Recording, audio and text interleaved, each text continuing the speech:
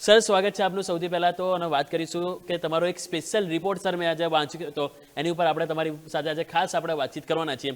તમે સર એમાં ઘણું બધું હાઇલાઇટ કર્યું છે આઈટી સેક્ટરનું ઓવરઓલ સાયકલ લઈને, કઈ રીતે છેલ્લા 25 વર્ષમાં 8 વખત જે ઘટાડો આવ્યો છે, જે રીતે ઘટાડા બાદ ફર્ધર એક એક્શન પણ તેજીની જોવા મળવાની છે. તો ઘણું બધું છે કે જે તમારા રિપોર્ટમાં સર જાણવા મળ્યું છે. તો સર સૌથી પહેલાં તો હું તમારી પાસે એ જ જાણવા માંગીશ કે આ જે રિપોર્ટ જે તમે પબ્લિશ કર્યો છે એનો મેઇન પર્પસ શું છે, એના મેઇન હાઇલાઇટેડ પોઈન્ટ શું છે, અને અત્યારે હાલ તમે જ્યારે માર્કેટમાં સૌ કોઈની ચિંતા છે એવા ટાઈમે તમે સ્વાભાવિક છે કે આ રિપોર્ટ લઈને આવ્યા છો, તો મહત્વની જે મુદ્દા હોય એ જરૂરથી આપણા દર્શકો સુધી પહોંચાડવા જોઈએ સર. હવે તમે બહુ બેઝિક ક્વેશ્ચન પૂછ્યો કે આ રિપોર્ટને હાઇલાઇટ કરવાનો પર્પસ શું છે. તો આપણે આજનું જે ડિસ્કશન છે ને એને બે પાર્ટમાં ડિવાઈડ કરીશું, પાર્ટ એ અને પાર્ટ બી. પાર્ટ એની અંદર હું બેઝિકલી તમને સમજાવીશ કે આ રિપોર્ટ ઇસ્યુ કરવાનો પર્પસ શું છે, કેમ અમને એવું લાગે છે કે IT sector A on the verge of reversal, એટલે અહીંયાથી એક રિવર્સલની સાઇન બતાવશે. અને પાર્ટ બી ની અંદર એક નાના રોકાણકાર તરીકે આ આઈટી સેક્ટરની અંદર આપણે કેવી રીતે એનો લાભ લઈ શકીએ એ આપણે. તો શરૂ કરીએ કે આ રિપોર્ટ અત્યારે જ રિલીઝ કરવાનો પર્પસ શું છે. હવે જો તમે રિપોર્ટ વાંચ્યો હશે તો એનું હેડિંગ છે do the basics right as it covers 90%.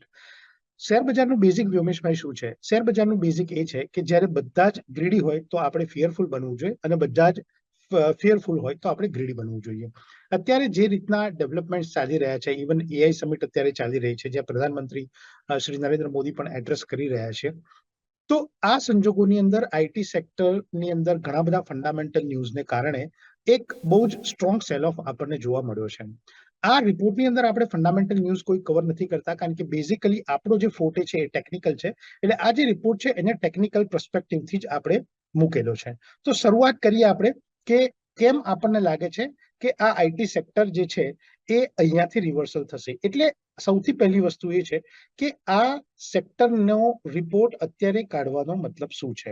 તો એની માટે આપણે ફ્લેશબેકમાં જવું પડશે. તમે મારી જો સ્લાઇડ પહેલી મૂકી શકો તો પહેલી સ્લાઇડની અંદર મેં ઇન્ડેક્સના 2020 થી લઈ અને અત્યાર સુધીના જે હાઈસ અને લોસ છે એનો એક પર્સપેક્ટિવ મૂક્યો છે. એમાં એસ્પેશિયલી આપણે હાઈસ નો શબ્દ એટલા માટે છે કે કયા લેવલ ઉપર એ ઇન્ડેક્સ હાઈ થઈ હતી, કયા ઇન્ડેક્સ ઉપર એ લો થઈ હતી, ને કેટલું કરેક્શન આપ્યું છે. તો આપણે જઈએ તો પહેલી જ જે સ્લાઇડનું પહેલો પોઈન્ટ છે 2029 ફેબ્રુઆરી 2000ની અંદર 9550 રૂપિયાએ આઈટી ઇન્ડેક્સ હાઈ થઈ હતી, અને ત્યાંથી આપણને .com બબલમાં 90% ઘટાડો જોવા મળ્યો છે.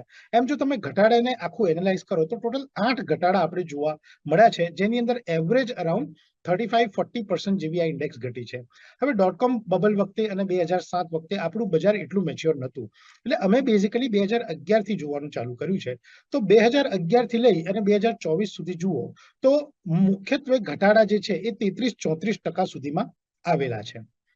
હવે હું રિસન્ટ હાઈની વાત કરું તો 46,089 એટલે 46,089 31મી ડિસેમ્બર 2024ના રોજ નિફ્ટી આઈટીએ હાઈ લગાવ્યો. હવે બેઝિકલી કેમ આ રિપોર્ટ આપણે બહાર પાડ્યો, તો એના પ્રશ્નનો જવાબ આપું તો એના 34% તમે ગણો તો ક્યાંક ને ક્યાંક 46,089 ના 34% બાદ કરું હું તો એ બોટમ ફોર્મેશન 30,000 રૂપિયા ઉપર થઈ રહ્યું છે. રિસન્ટ જે આપણે લો જોયા ત્યાંથી લગભગ 8-9% દૂર છે આ 30,000નું લેવલ. હવે વ્યોમેશભાઈ, તમને બી ખ્યાલ છે કે આ બજારની અંદર ટોપ અને બોટમ કેચ કરવા એડવાઇઝેબલ નથી, કારણ કે એ શક્ય નથી હોતું.